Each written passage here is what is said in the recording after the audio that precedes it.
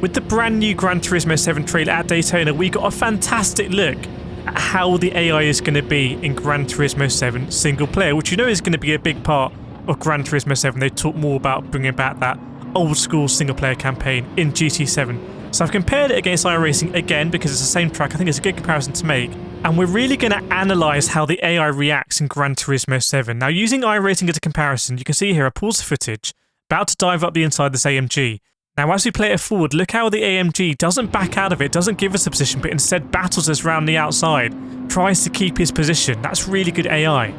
So now let's look at Gran Turismo 7. See, we're going to try and make a move around the outside of this Lexus. What we don't want is we don't want that Lexus to evaporate. We want them to keep battling us.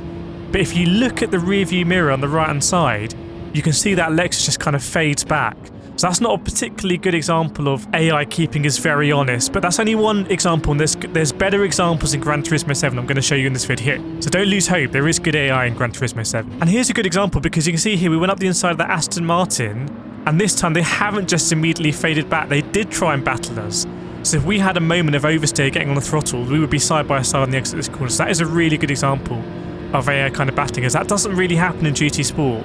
They tend to just give up position. You can see now, as we pause the footage, that look what's happening in Gran Turismo 7. We've got the Ford GT and the Supra going side by side. But if you also look at the rearview mirror, that Aston is coming back at us.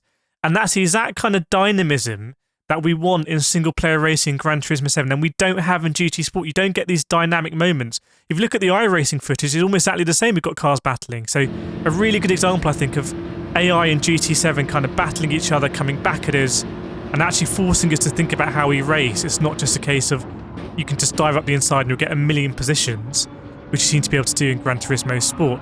Now, Ford GT ahead of us here gets a little bit of a moment. This is a little bit disappointing because they seem to kind of back out of this. So, but that I'm going to put down to the difficulty setting of the AI, because if you see just how much faster we are than the AMG and the Lambo here on the straight, or on the banked oval, this has to be a really low difficulty setting because they've handicapped these cars against us.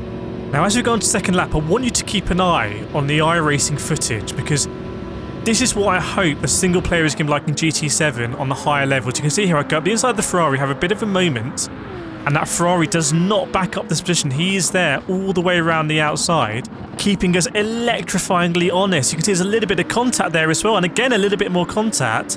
We are racing so close, and the Ferrari goes for a huge turn on the BMW, and I actually lose a position to an Audi behind me as well. So I really hope when the difficulty is cranked up on Gran Turismo 7, we are going to see moments like that in Gran Turismo 7. And I'm actually very hopeful we will, because from what I've seen, I had a few glimpses of the AI doing some smart stuff in the trailer that we've seen at Daytona. So that moment there on the top screen with the Lexus kind of backing out is not a great moment, but I have seen glimpses of good AI in Gran Turismo 7. So let me know what you think.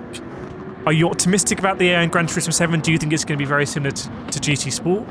Do you particularly like the iRacing AI? Do you have other simulation games that you play that have good single-player AI that you think are the benchmark? Let me know. Let me know. Let me know again if I'm talking absolute rubbish, because maybe I am, but this is what I think. But anyway, I hope you enjoyed this video, and until the next time, happy racing.